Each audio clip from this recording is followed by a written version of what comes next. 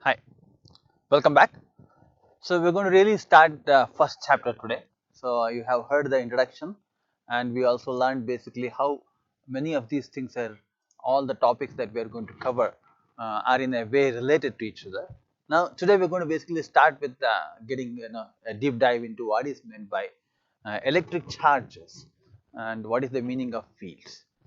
So electric field, what I mean. So now when we talk about electric charges, okay, so this is not a very new concept in the sense that the electric charges has been there, and if you look at the history from very long time back, the first time when the electric charges was basically thought about was 600 BC, 600 BC in Greece. There was a guy called Thales. He actually came with that idea that when you actually rub amber with something, so it will actually possess a certain kind of attraction and repulsion properties. So it was actually thought about as something that is kind of a miracle during that time. But they realized that whenever you actually rub, for example, a plastic. Now that time there was mostly they talked about only in terms of amber, but gradually people actually moved and when they started learning about various there are two kinds of charges are there. And actually there were because there were two kinds of things possible. But one is attraction, the other one is repulsion,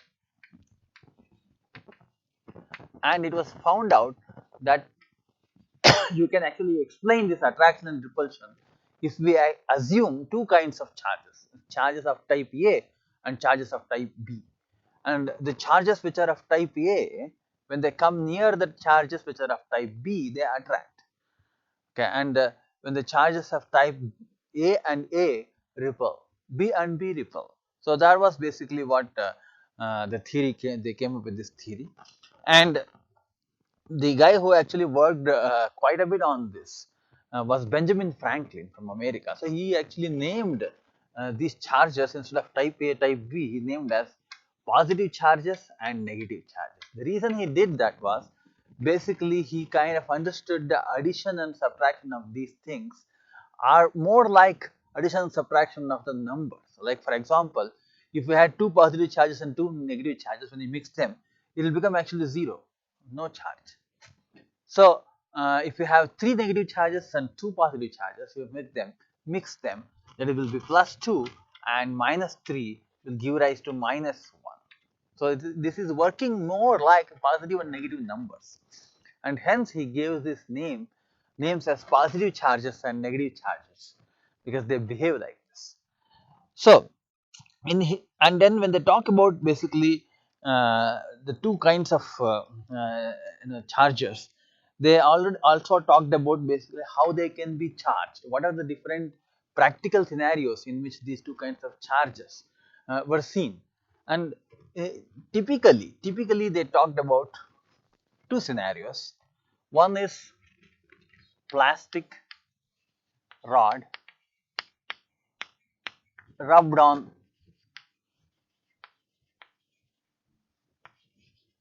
wool. Second one is glass rod rubbed on silk. So these rods, basically plastic rod and glass rod here, took different kinds of charges, because the plastic rod and silk rod, if you once you after no, everywhere the rubbing was involved. Okay, so rubbing was ascribed to the charge transfer of electrons later. That theory came later. So plastic rod and glass rod, both of them took basically different charges, and hence they attract. Whereas plastic rod and silk were of the same charge, they attract, they repel. And glass rod and rubbed wool, they are of the same charge and hence repel. So these were the things that they were studying. And then it so happens that this charged particle, charged material, if we actually if it touches another material, then it was seen that the charge actually used to get transferred. And then they realized that it is possible to charge certain things by touching, by transferring it. You take, let us say, one sphere and charge it, and then that sphere basically is, when you touch it to the other one, it gets transferred to the other one. So when does it get transferred? So what they realized was, initially when they started looking at this charging of a glass rod and plastic rod using silk or wool, they tried to do with the metal rods, okay, with the metal rods. And they realized that in the metal rods they were not able to actually create this kind of a charge, okay, which is attract or repel. So why was that so? Why were they not able to actually charge the metal rods? So later they realized that when they were actually holding the metal in the hand, you basically take a metal rod.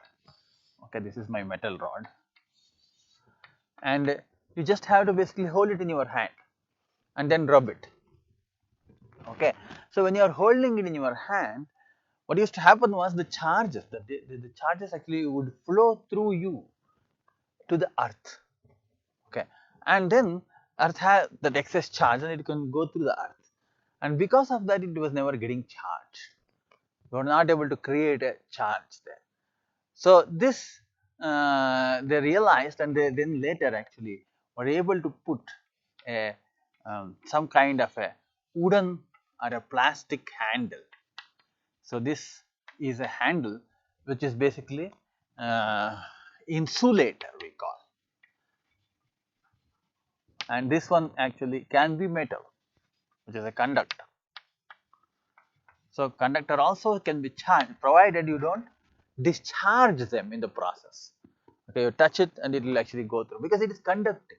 It conducts through you, and it. Whereas when you basically hold a metal rod, instead of a metal rod, if you hold a glass rod here and you are rubbing here, so whatever you are rubbing here in that area, the charges will accumulate and that won't come to your hand, because in the case of a plastic or a glass rod, that is not a conductor. So only in conductors these charges actually flow, and in the insulators these charges do not flow. So the moment you actually have a conductor, these charges will go through your, touch it, it will go through you to the earth. So we call it as basically grounding or earthing. And it actually happens, we typically do this in the houses also. We actually make sure that there is a grounding or earthing that is happening to the electrical circuit, so that when you touch it you don't get a shock. There is already a path to the ground, otherwise it will go through you and you get a shock. Okay, so this is basically what the learning for all the experiments. But actually the person who kind of worked on it in a much more quantitative way was a person called as a scientist called as Coulomb. He did this in somewhere towards the end of the 18th century. So he worked on trying to really quantify, find out exactly how much force basically it repels or attracts. Okay. So before that we will actually touch upon one more aspect of charging and discharging. So we will, when we want to charge, it is not necessary that you always have to basically touch it. So there is another way of charging. So what is this other way of charging? The other way of charging, what we call as charging by induction.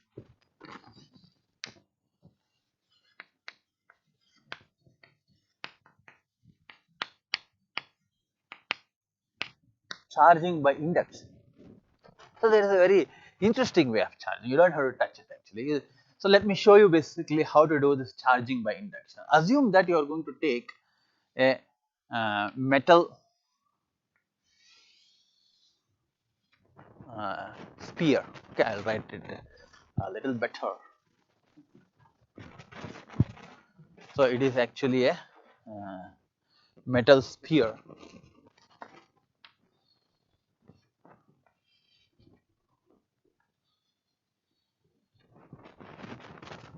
and this metal sphere I am going to connect it to put it on a stand, and the stand is an insulator. That means this is a wooden stand and this is a metal sphere. So, if you take one such sphere, metal sphere, then you realize that this inside, this is not something that you pre know. It is a theory that I am talking about. So, this actually should contain internally, as we already know, that both positive and negative charges will be there. So, the positive charges are due to the nucleus, that is protons, and negative charges are due to the electrons. So, everywhere you can see the positive and negative charges will be there. So, that is the idea. So, anyway, you think in your mind that there is a basically positive and negative charges everywhere there, equally well distributed. At every point you have as many positive charges as negative charges everywhere. Okay, that is how it is there. Now you take actually two of them like that, two metallic spheres.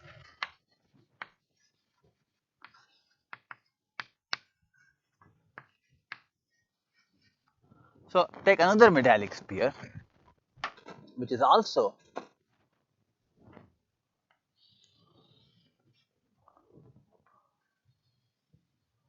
of the similar type, and we are going to have this also is resting on a stand,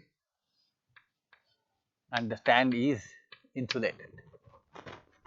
Okay, so this is another metallic sphere, and here also again plus minus are all distributed in an equal way. So everywhere protons are there, neutrons, electrons are there. So we say that in that scenario, this is not actually charged because this doesn't show any extra charge of either electrons or protons, or any deficiency of charge of electrons or protons. Only when you have number of protons and number of electrons are not same. So if one of them is more, if the electrons are more, then we say it is negatively charged.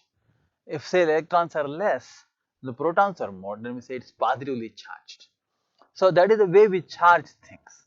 So hence, in this scenario, though they are touching here, the metallic spheres, they are not charged. So what we do now is, next step is we are going to basically bring to the to this, okay, to the side of this, a metallic rod. A rod, not need not be metallic, a rod basically, which is having a certain charge, let us say negative charge. This is already charged, we have rubbed it and it is having a charge. So the moment you basically bring something like this to the nearby, what will happen? Let us see. What happens is that these charges, the negative charges, so we know that the basic property of these charges is like charges actually repel and unlike charges attract. Now in this case, the unlike charges means for negative the unlike charge is positive. Okay, so the positive charges are attracted towards this and negative charges are repelled. Okay, or if you had brought in, for example, the positive charged thing, then you will have negative charges basically attracted and positive charges repelled. So I will just take an example here of positive charged. Okay, so it could work for either of them. So I am taking an example of positive charges just to make the point a little more clear. These are all positively charged. If this is positively charged, now what will happen? The electrons are attracted to this. That means negative charges are attracted to it. They all will come this side. So now all these electrons, basically now I will erase each one of these negative charges from everywhere. Okay, and all of them, this is touching. So it is a metallic sphere, so it can pass through this. All of them actually accumulate this side, like this. So all these electrons move to this side, accumulated on one side here, they are attracted. So you can see that it is, you can also say that this side is all basically positive. and this side is all negative. Though the positive charge didn't actually move there. Okay, it is just the negative charges which moved, leaving behind the extra positive charges there. So now once this happens, that both negative charges and positive charges basically are kind of moved to each sphere separately. So the negative comes this side and positive goes that side. I am going to now take these two spheres and keep them away from each other, separate them.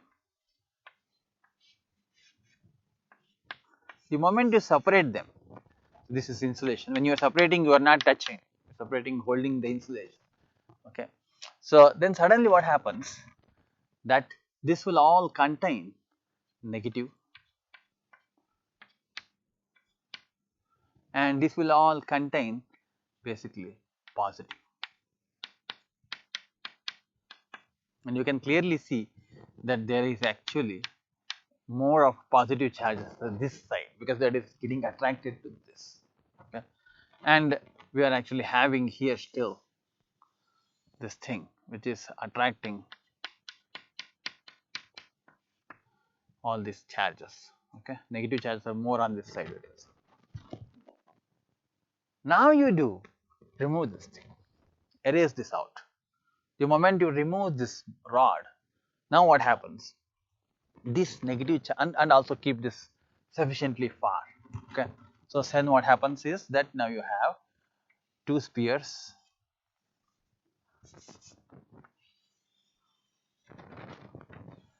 kept sufficiently far from each other, and this is the base insulated. You can see that in this sphere now negative charge is nicely equally distributed, and in this positive charge is nicely equally distributed. So what you did actually in the step 1, you see what we did was we just kept them together and brought a positive charge. We didn't even touch it, I mean we just brought it, and after that made realignment of those charges. And once the charges are realigned such that this side is more of negative and this side is more of positive, then I separated them by holding this side, and then I removed the rod.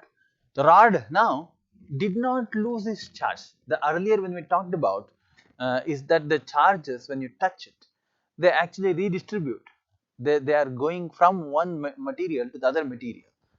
Okay, one material loses the charge, the other material gains the charge. Okay, such a thing basically is charging by touching. Here we are doing charging by induction. So what we did was that whatever the charges were there here, positive and negative charge equally were there, we redistributed them in such a way that this would now contain all the negative charges and this is positively charged. What it means is that if you still now add these two charges, okay, it will become 0. So total charge did not increase or decrease, and the charge on this one positively charged one remained, you kept it far here and it still is positively charged. It did not lose any charge. So now you see here there was some positive charge that towards the end of the experiment that remained as it is, and there were positive and negative charge mixed neutral here, and now they got separated and one of them has negative, other is positive. That way what happened was they are redistributed, but if you add them again they are going to be 0. But we are able to now charge one sphere positive, other sphere negative. So this is basically called as charging by induction. Okay. Now let's see if we have actually only one single sphere and I want to charge it, let us say positive. Okay. How do I do that? That's a very simple thing actually. So let's take another example. I have a single sphere without touching. I want to make sure that it is charged positively. So this is a single sphere.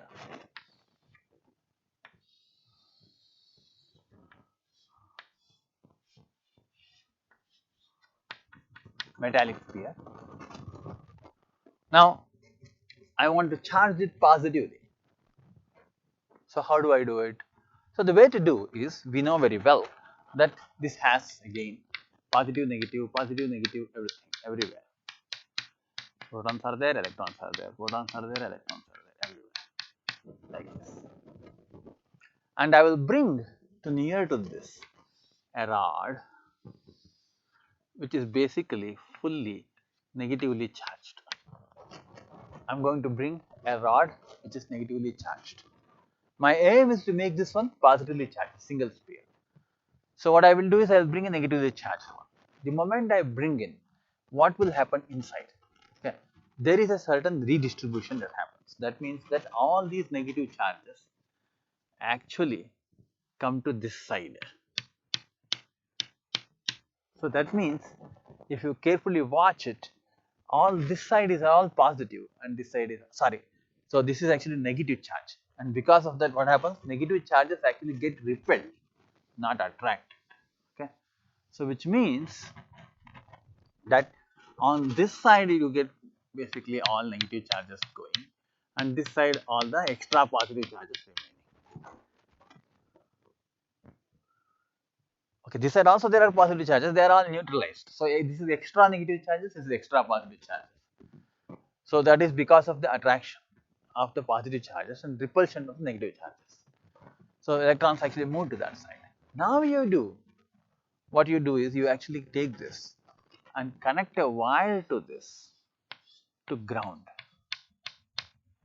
Connect a wire to ground. So the moment you touch a wire to the ground, these negative charges actually will flow through this. So once the negative charges will flow through this, all of them are now lost, and you will have a sphere which only has positive charges like this. Step 2. So in step 2 what do you have? This rod is still there, which is basically containing negative charges. So all the leaked, all these negative charges are leaked to the ground. Now you can disconnect the ground. So you can see this like this. So next step is remove this. So once you remove that, what will happen is the last step.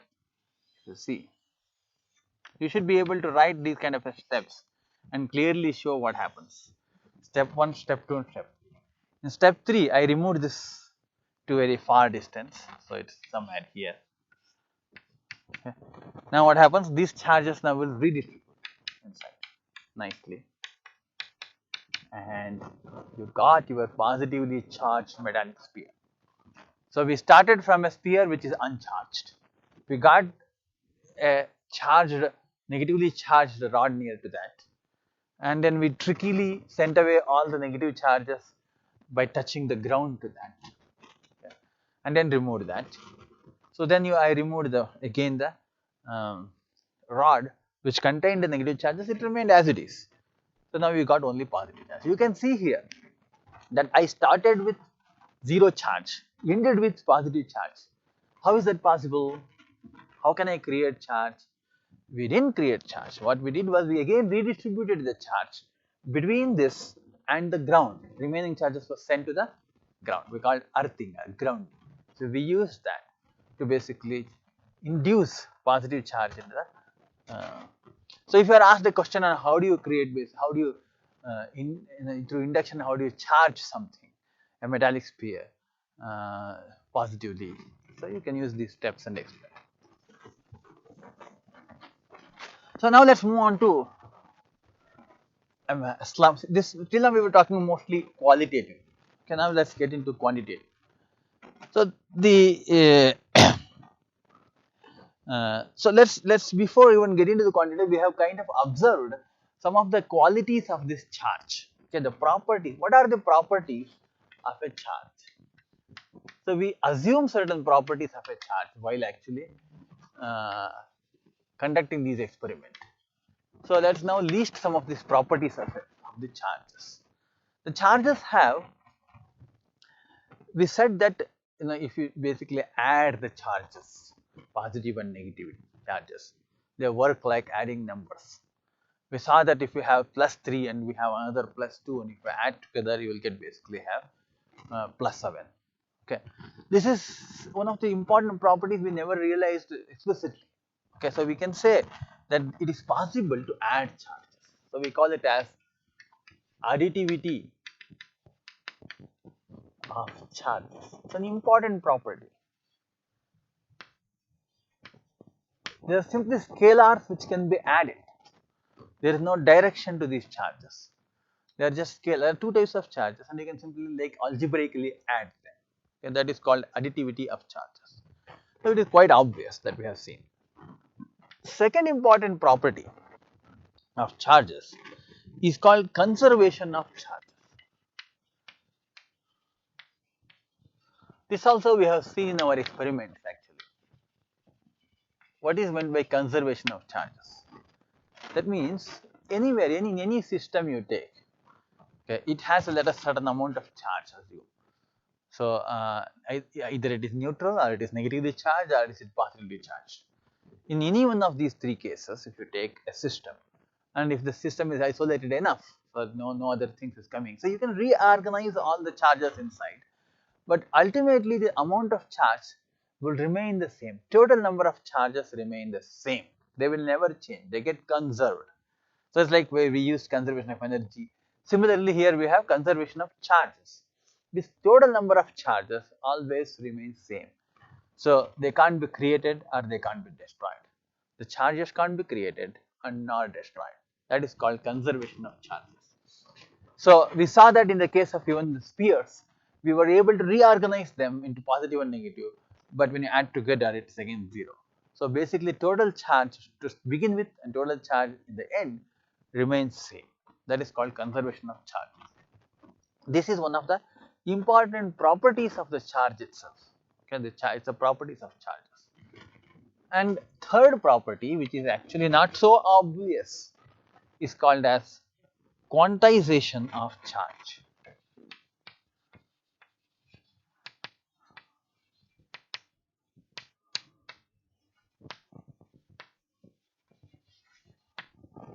So what is this property? Now where does this come from? So let us say, okay, the what is that minimum smallest particle we have which has a charge? Smallest charge, if we say it as electron. Okay, electron has, let us say, one charge.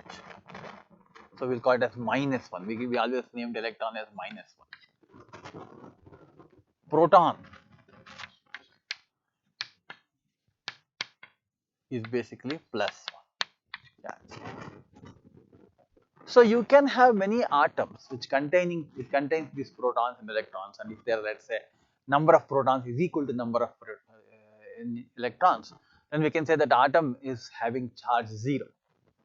So if it has 2 extra electrons, then we can say it has the charge of 2. And you have many such atoms put together, we can say the charge of -2. Many atoms put together, we can actually simply add those and say total charges, let us say 28,000, 35 billion, like that we can say. Okay, if each charge, okay, if electron has 1 unit of charge, I'll say simply unit. I don't know how much it is, 1 unit of charge. So then you can clearly say whichever the material you take, any material you take, so that material cannot have, let us say, a decimal amount of charge, like in a fraction amount of charge. Sorry, what is the meaning of fraction amount of charge? That means we can say I cannot say I have 28,935.5 units of charge. I cannot say. Why can't I say? Because each one we can have, we can either have the electron or not have the electron. We can't have half electron. So we cannot have half electron. We cannot have half proton. And we do not have any other particle which has less than electrons charge, less than protons charge. Half the amount of charge of electron, if suppose some other particle had, then that particle, if it is there, we could say this 0.5 charge is possible. Okay. So this concept of saying that it is just the integral multiple of the amount of charge that is there on the electron is called as quantized charges, quantization of charge. Quantization means that it is not a continuous value. Okay, the now amount of charge, how much is there? You can say 28.325379 units. You cannot say that. The reason you cannot say that is that you can only have integer numbers. So, integer numbers of that. That is why we say that the quantization of charge is there because of the electrons being the minimum charge that can exist in this universe. Okay. So now, however, whenever we talk about charges, we do talk about decimal charges. We do talk about lots of these charges which are like 515.325 into 10 power minus 3 coulombs. Something like that we talk, which is really a very small charge. So how can we say such things when we say it is only the integer number of charges? So the reason being that the units are different. We are talking about a unit here which is called as Coulomb. So Coulomb is a huge unit. So how much is that unit, Coulomb? If you think about what is Coulomb, okay, the units. If you take, for example, many, let us say, electrons. Okay, how many electrons? Assume that basically, let us say,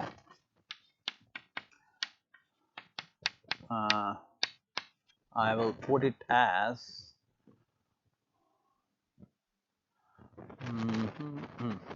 so 1 by 1602 and 10 power plus 90. This is how much 1 by 1.6 is, about 0.0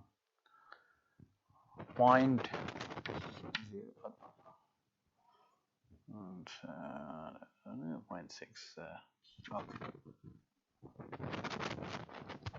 Okay. So somewhere around 0.6 into 10 power plus 90.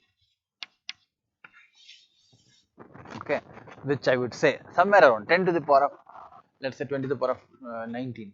10 to the power of 19 of the order. Okay, 1 followed by 19 zeros. It's like many billions. Okay. That many electrons, if you put together in one place, that will be basically equal to 1 Coulomb. So the 1 Coulomb is actually a huge number. So whenever you are writing number of coulombs, you can write decimals, okay, or a fraction up to about 19th digit or so, and it is possible, okay, to have that many electrons. Hence, we say when one electron, if you see, one electron is equal to 1.602 into 10 to the power of minus 19 coulombs.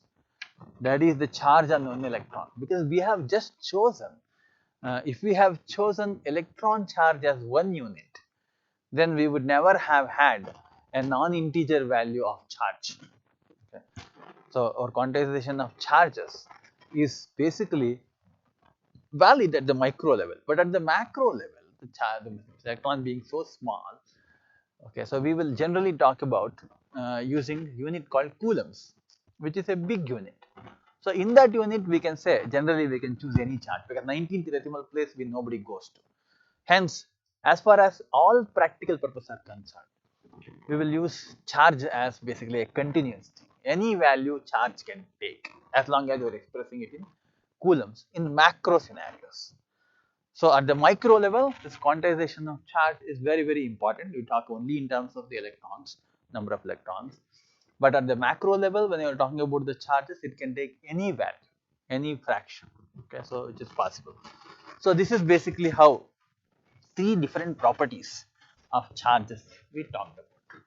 Okay, there are the important properties. If somebody asks you to basically name the list the properties of the charges and explain them, this is exactly what you are going to explain. So now, Now we will quickly move on to the quantization of basically what you call quantitative analysis of this. So which was done by Coulomb. So let's get into Coulomb's law. Quickly into Coulomb's law.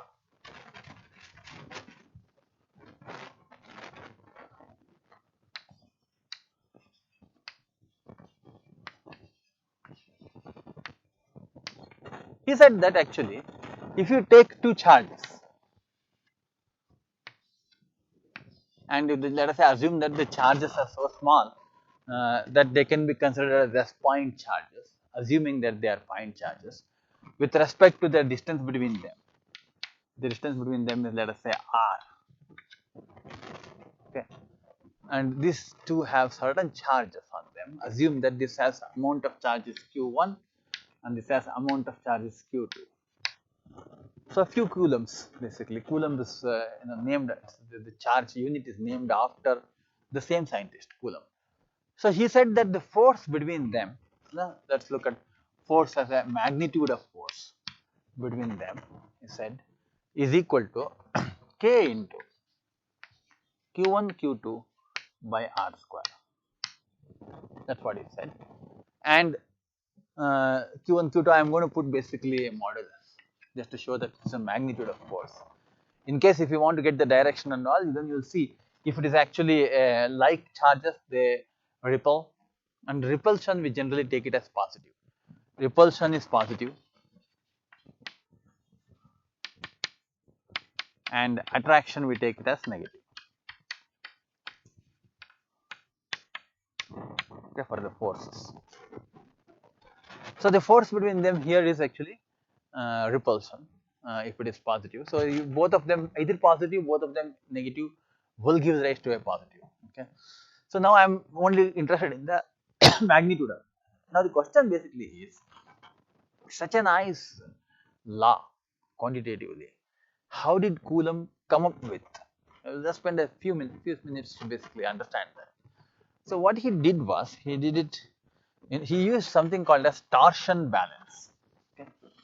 The torsion balance is a balance which is used to measure the forces. You can measure the forces using torsion balance. So assume that you can measure the forces. Okay. So now he took basically two balls, with balls, okay, and tried to measure. Assume that they have very small sizes. Okay, and he did not know. He didn't even, there was nothing called how much charge, because he himself first of all before him there was no quantitative analysis of that. We don't know how much he charged. He just charged. Okay, he took a ball, a fifth ball, and charged them. Okay, and once it is charged, okay, so he basically used, I think, basically a metal sphere and charged it using a handle. He didn't want to touch that. And once you charge them, basically, he wanted to take one more of the same amount of charge. So now he has to rub, and you don't know whether it will take the same amount of charge. So what he did was, okay, he actually took the other one and touched this. Once you touch it, the charge gets distributed. Suppose if you originally had some amount of charge, half of will go to this one, half of will go to this one. So they will be now equally charged. So this is, let us say, Q, and this is also Q. Let us say initially he charged with 2, so it became Q and Q. Now you know that there are two spheres exactly equally charged, and he knows how to basically measure the force between them, the repulsive force. Then he took some distance between them. Okay, he measured the force. So let's say he got the force F1. Okay, he measured the force, got F1. Now what he did was that he actually changed the distance. So he reduced the distance to the middle. That means exactly half. So instead of, he did not change the charges on them. He just moved it. This was R. He made it R by 2. Okay. So when he made it r by 2, he figured out that the force that F2 he got was actually 4 times F1. So it became 4 times. Then he figured out also that whenever he made it, let us say r by 3, even nearer, then he got 9 times F1. So that way he figured out that this is actually inversely proportional to the r square. And then what he did was that he took actually these q charges, okay, and he took one more same sphere and touched it to this and made the charges q by 2. Each q by 2 he made. So when he made both of them q by 2, then he took actually the same distance. He did not change the distance. He just made them q by 2. So let's call that as F3. So F3 actually is nothing but whenever the distance is r, but each one is q by 2. And he found out that the F3 is actually, okay, the F1 by 4.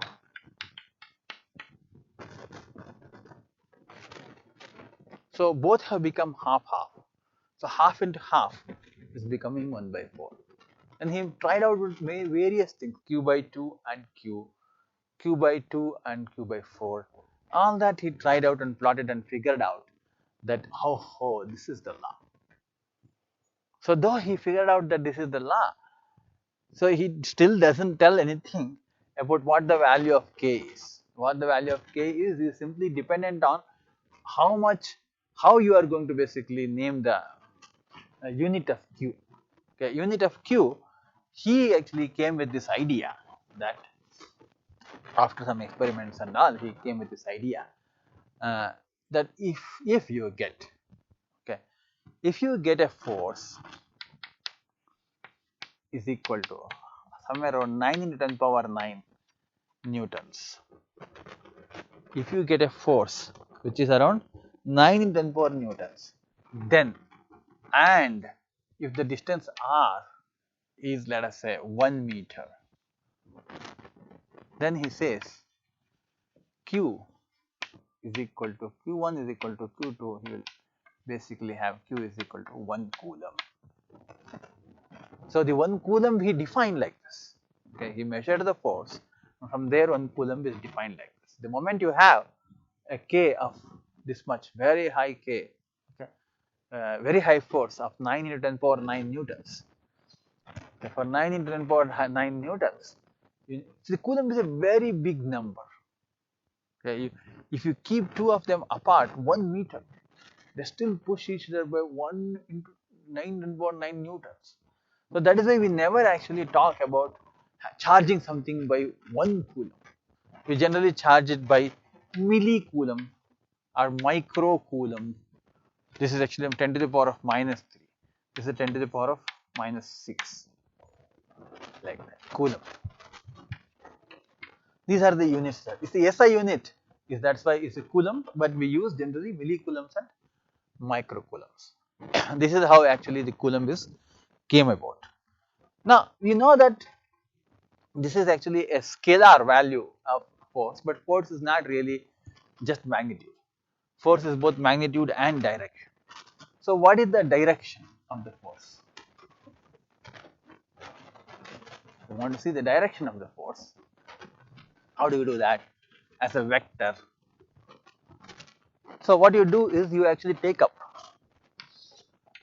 a coordinate system, okay, and let us say you have 2 points, point 1 and point 2, 2 points.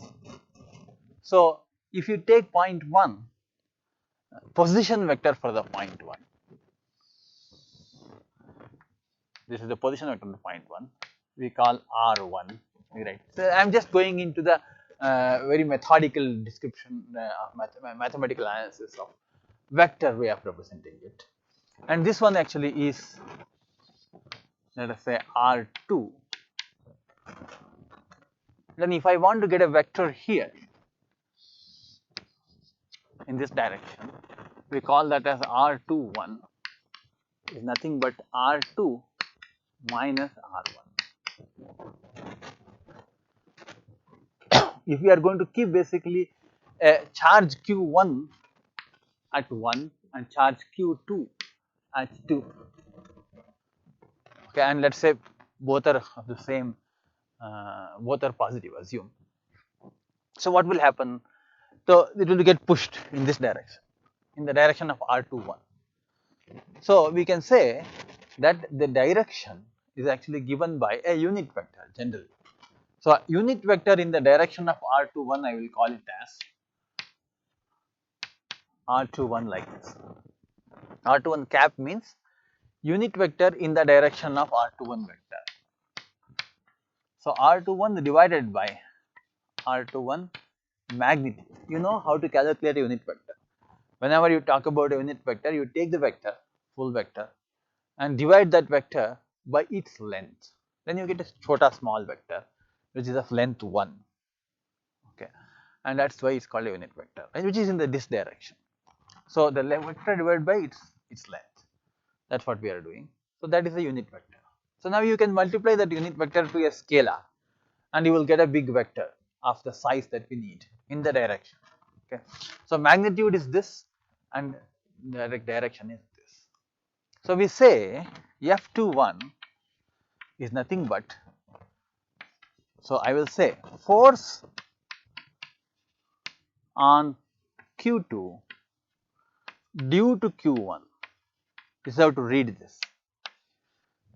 Force on 2 due to 1 is 4 to 1. Okay. If you want to say force on 1 due to 2 is 4, 1, 2. Okay. So force on 2 due to 1 will be actually equal to R K into Q1 into Q2 divided by, we have this R21 magnitude square. This whole thing actually gives us this one, same as this, the magnitude. Now I am going to write the direction. Direction is R21 cap. So if I write both magnitude and direction, then we are writing a full vector. Okay, and we know that if we want to represent, for example, the opposite direction force. Okay, so what one experiences from 2 is to push the 1 away. So that will be in the direction of R12. So R12 cap actually is equal to R12 divided by R12 magnitude. So R12 is R1 minus R2, like R21 is R2 minus R1, you can see. So we can say force on Q1 due to Q2, basically we call it as F12. So when you write F12, it will be K into Q1 Q2 divided by R12 magnitude square. This is the original magnitude part. Okay, and then R12 cap. So we know that R12 is in this direction, R21 is in this direction, opposite directions actually, and both of them are actually of same length, which is nothing but minus 1, which is nothing but opposite. Okay, the one length 1. So we can say basically R12 cap is equal to minus R21 cap. We know this. So because of that, if you say very clearly here, F21 will actually be equal to minus F12. And this basically simply adheres to Newton's third law. What is our Newton's third law says? For every action there is an equal and opposite reaction. So this the action is that 1 is pushing 2 away. The reaction is 2 is pushing 1 away. Okay, and they are equal and they are just opposite.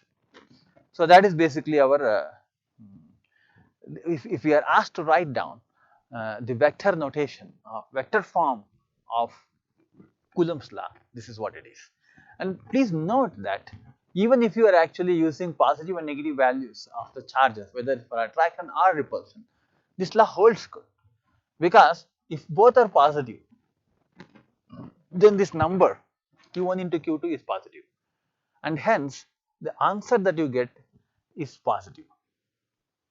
Okay, the positive means it is in the direction of R21. So that means that it is actually pushing it. Even if you use, for example, both negative into negative is positive, and again you will get the positive there in the direction of R21, it is pushing it away. It's a repulsion. One of them is positive and other one is negative. Then it will give the answer as negative. So the negative means minus of R21 you will get. Minus of R21 is nothing but R12, which is in this direction. So that means it is getting attracted.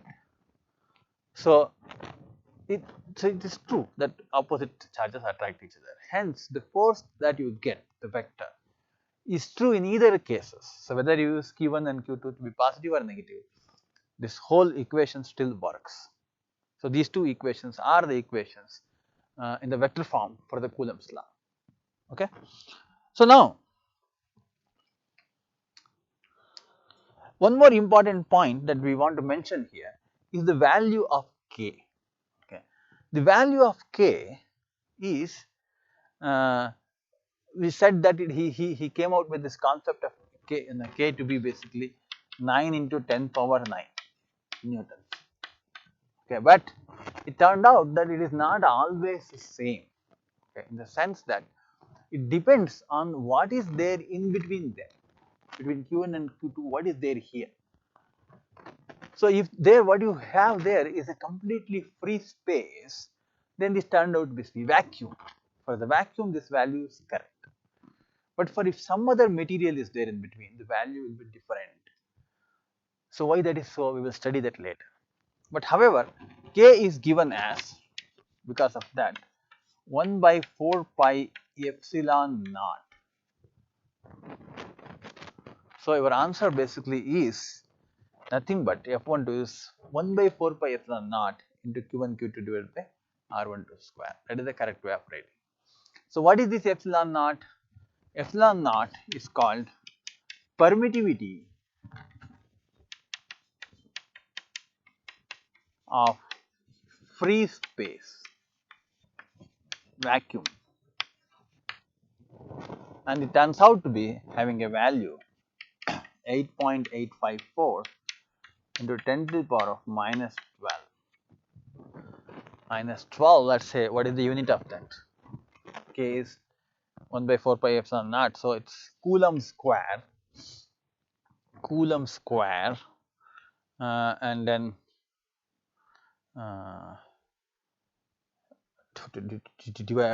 Newton to the power of minus 1 and meter to the power of minus 2.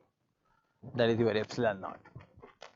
So epsilon naught is nothing but the permittivity. So that is because what is there here is a free space. Permittivity is just the word that is being invented to understand what is happening here. Okay.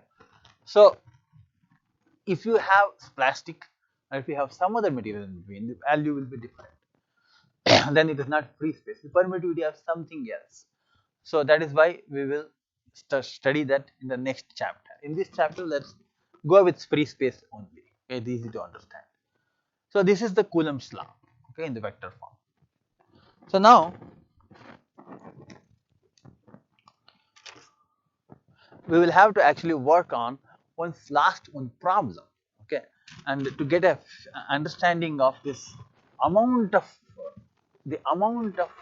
force. How much is the force when compared to, let us say, gravitational force? So here is an example for that.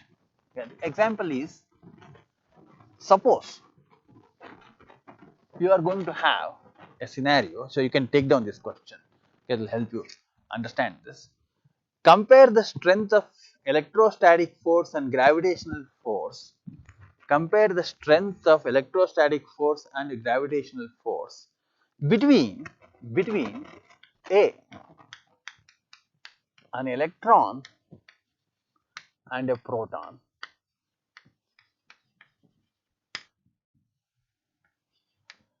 and between two protons,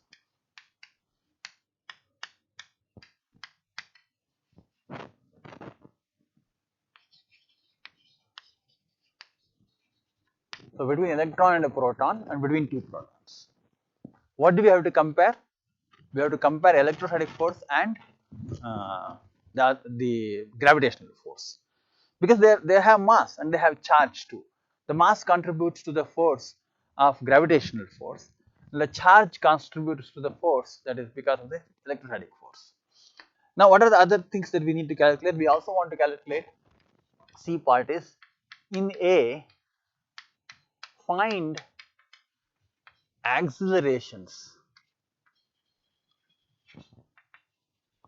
of electron and proton.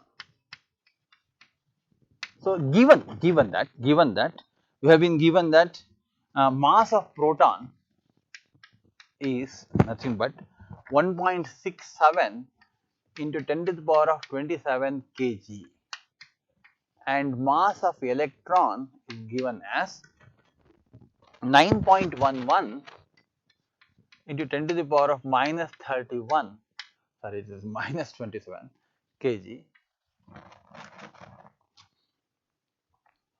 And we know E value is electron charge is 1.602 into 10 to the power of minus 19 Coulomb. And we know a few more values which are basically constants. We know constants, gravitational constants, we remember from the last year. Gravitational constant 6.67 into 10 to the power of 11. And we also know the minus 11, sorry, constant epsilon naught. This is G. Okay. Epsilon naught, which is basically permittivity of this free space, is nothing but 8.854 into 10 to the power of minus 12. So, we know this many values. So, using this you do some arithmetic to get the values of the force. So, what we do, we just use the force, electric force, let us say, between two electrons is nothing but 1 by 4 pi epsilon naught into basically E square by, so they have given also the distance between them. Okay, they have said that distance is the distance between them for this last part, distance of 1 Armstrong. So, here distance let us assume as r square. And electrostatic force, what is electrostatic force? That is, we have seen. What is gravitational force? Is G into mp into me by r square. Okay, both of them are actually negative, means attraction I said is negative. So, if we want to calculate Fe by Fg, the ratio is simply nothing but E square divided by 4 pi epsilon naught into G into mp into me. If you have actually substitute all these things, you will get a value which is somewhere around 2.4 into 10 to the power of 36.